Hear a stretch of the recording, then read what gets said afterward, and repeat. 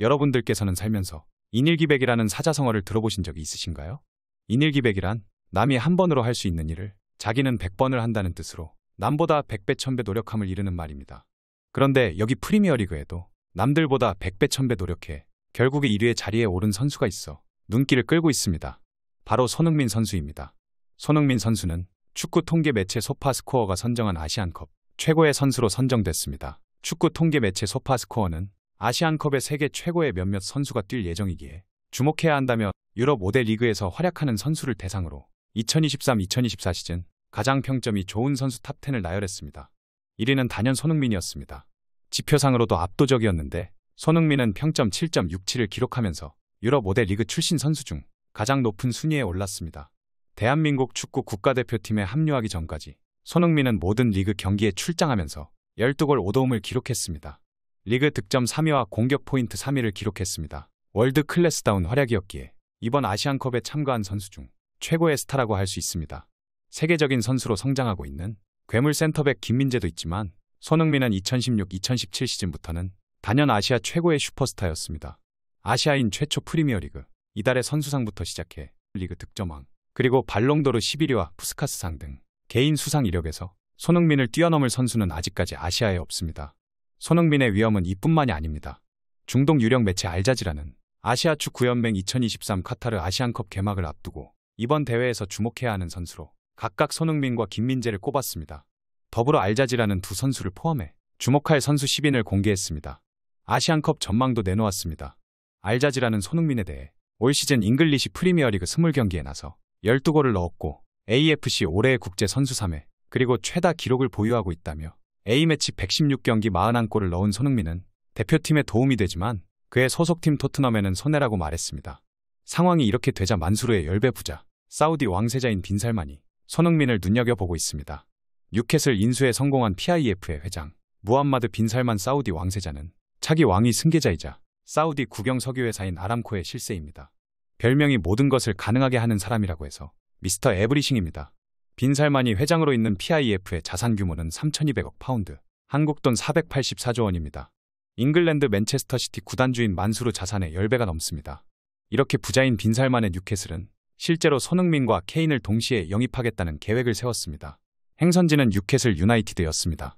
영국 매체 더선은 뉴캐슬이 손흥민과 케인을 오래전부터 주목했다고 전하며 구체적인 이적료까지 언급했습니다. 매체는 케인의 이적료로 1억 유로, 한화 약 1,343억 원과 손흥민의 이적료 8천만 유로, 한화 약 1,071억 원을 이미 마련했다고 전했습니다.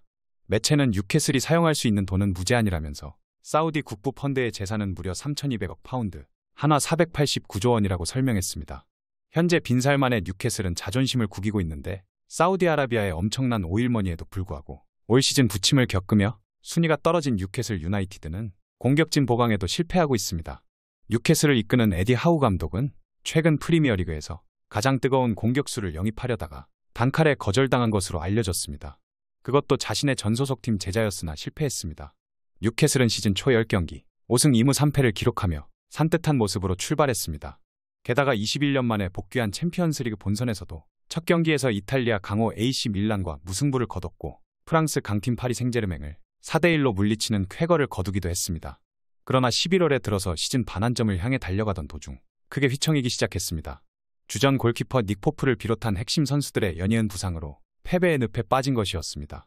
뉴캐슬은 리그 12라운드에서도 AFC 본머스에게 0대2 충격패를 당했으며 15라운드 에버턴전에서도 0대3으로 패배했습니다. 이어 16라운드에서 만난 토트넘 호스퍼에게도 1대4로 대패하는 등 팀이 와르르 무너졌습니다.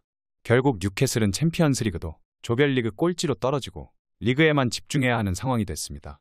뉴캐슬이 부진을 타개하기 위해 손을 댄 방법은 겨울 이적시장 긴급 수혈이었습니다. 축구 전문 매체 트리발 풋볼은 뉴캐슬이 본머스의 스트라이커 도미니크 솔랑케에게 영입 제안을 건넸다고 밝혔습니다. 솔랑케는 올 시즌 리그서 12골을 넣으며 손흥민과 함께 득점왕 공동 3위에 올라 있습니다. 그는 잉글리시 프리미어리그 2023년 12월 이달에 선수로 선정되는 영광을 안았습니다. 다만 해당 제안은 본머스에 의해 거절당한 것으로 알려졌습니다. 매체는 본머스가 팀의 핵심 공격수를 내주려는 기분이 아니라며 솔랑케의 이적 제안을 이런 지하에 거절했다고 전했습니다. 하우 감독은 2020년까지 본머스에 머무르면서 솔랑케를 스카우트했고 지금의 대성으로 이끈 인물이지만 본머스는 개의치 않았습니다. 현재 본머스는 주축 선수들이 대표팀에 차출돼 오는 14일 개막하는 아프리카 네이션스컵에 참가하기 때문에 솔랑케마저 내보낸다면 본머스는 공격수가 완전히 초토화되기에 그를 보내지 않았습니다.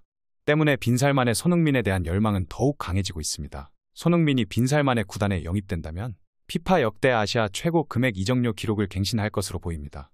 한편 손흥민은 국가대표팀을 위해 토트넘을 잠시 비웠지만 캡틴의 세심함을 보여 화제입니다. 손흥민은 토트넘의 새 멤버를 반겼습니다. 영국에서 비행기로 6시간 날아가야 하는 카타르에서 둘의 SNS를 팔로우하며 환영했습니다. 루마니아 미남 센터백 라두 드라구신이 마침내 토트넘 호스퍼에 입성했습니다. 토트넘은 구단 공식 홈페이지를 통해 영국 노동청 워크퍼밋 발급을 전제로 한 드라구신 영입을 공식 발표했습니다. 계약 기간은 2030년까지 7년입니다. 구단이 밝히진 않았으나 알려진 바에 따르면 연봉은 300만 유로, 한국 돈 43억 원입니다. 현재 센터백 자원이 전멸하다시피 한 토트넘에게 한 줄기 빛이 될 전망입니다. 지난 여름 이적 시장에서 새롭게 합류한 미키 판더펜은 이제 막 햄스트링 부상에서 복귀했고 크리스티안 로메로와 백업 수비수 벤 데이비스가 햄스트링을 다쳐 전력에서 이탈한 상황에서 루마니아산 괴물 수비수로 평가받는 드라구신을 품으며 한숨 돌릴 수 있게 됐습니다. 길고 긴 싸움이었습니다. 토트넘은 지난해 12월부터 A매치 13경기 경력의 드라구신 영입을 시도했으나 완료까지 약 한 달 가까이 소요됐습니다. 영국 언론 텔레그래프는 지난달 토트넘 호스퍼가 이탈리아 세리에A에서 활약하는 라두 드라구신 영입을 위해 스카우트를 파견해 확인했다고 보도했습니다. 언론은 포스테코글루 감독의 1월 이적 시장 최우선 순위는 센터백이라고 밝혔습니다. 그러면서 드라구신은 지난 2018년 여름 유벤투스에 입단했는데 당시 파비오 파라티치가 유벤투스 단장이었다고 덧붙였습니다. 2002년생 드라구신은 루마니아 태생으로 2013년 자국팀인 AS 메트로폴리탄에서 성장하다 지난 2018년 여름 16세에 유벤투스 아카데미로 이적했습니다. 유벤투스에서 성장을 이어간 그는 삼프도리아와 살레르니타나 등을 거쳐 지난 2022년 제노아로 임대를 떠났고 올 여름 완전 이적에 성공했습니다. 드라구신은 191cm의 장신으로 세트피스 상황에서 제공권을 잘 활용하고 수비에서도 마찬가지입니다. 대인방어 역시 잘하지만 패스에서는 약간의 아쉬움이 있다는 평가입니다. 하지만 현재 수비진에 구멍이 발생한 토트넘은 드라구신이 공백을 메울 적임자로 낙점했습니다.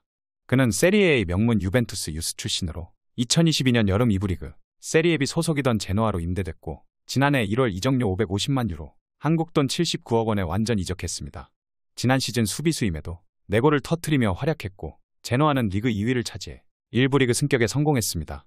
올 시즌 드라구신은 선발로 풀타임을 소화했는데 세리에의 공격수들의 드리블 돌파를 가로막았고 공중볼 경합에서 강점을 보였습니다. 신장 191cm의 건장한 체격으로 1대1 마크와 세트피스 공격력 등에서 두각을 나타냈습니다. 드라구신이 이탈리아에서 영국으로 날아와 신체 검사와 첫 훈련까지 숨가쁜 일정을 하는 사이 손흥민도 먼 곳에서 그를 반겼습니다. 손흥민은 자신의 인스타그램에 즉각 드라구신을 팔로우했습니다. 손흥민은 아울러 이번 겨울 시장 토트넘 1호 영입생인 티모 베르너도 팔로우한 것으로 드러났습니다. 과연 어렵게 데려온 신입생들이 앞으로 토트넘에서 어떤 활약을 하게 될지 귀추가 주목되고 있는데요. 제가 봤을 때 캡틴은 아무나 하는 게 아닌 것 같습니다. 아시안컵으로 거기서도 대표팀 팀원 챙기느라 바쁠 텐데 틈을 이용해 토트넘의 신입생들까지 챙기는 것을 보니까 정말 대단하다는 생각이 듭니다. 그리고 제가 감히 토트넘의 신입생들에게 조언을 하자면 뭘 어떻게 해야 할지 모를 때는 그냥 손흥민 선수에게 패스하면 됩니다. 손흥민 선수에게 패스하면 모든 상황을 긍정적으로 만들어줄 겁니다. 페리시치나 셉세비처럼 손흥민 선수에게 패스 안 하고 주인공이 되려고 한다면 아마 팬들의 이쁨은 받기 힘들 겁니다. 부디 토트넘의 신입생들이 손흥민 선수의 가르침을 받아 팀플레이를 하고 승리하길 응원하겠습니다. 오늘 전해드릴 소식은 여기까지입니다. 페페TV 시청자 여러분은 어떻게 생각하세요? 페페TV는 여러분의 생각이 궁금합니다. 댓글로 여러분의 생각을 남겨주세요.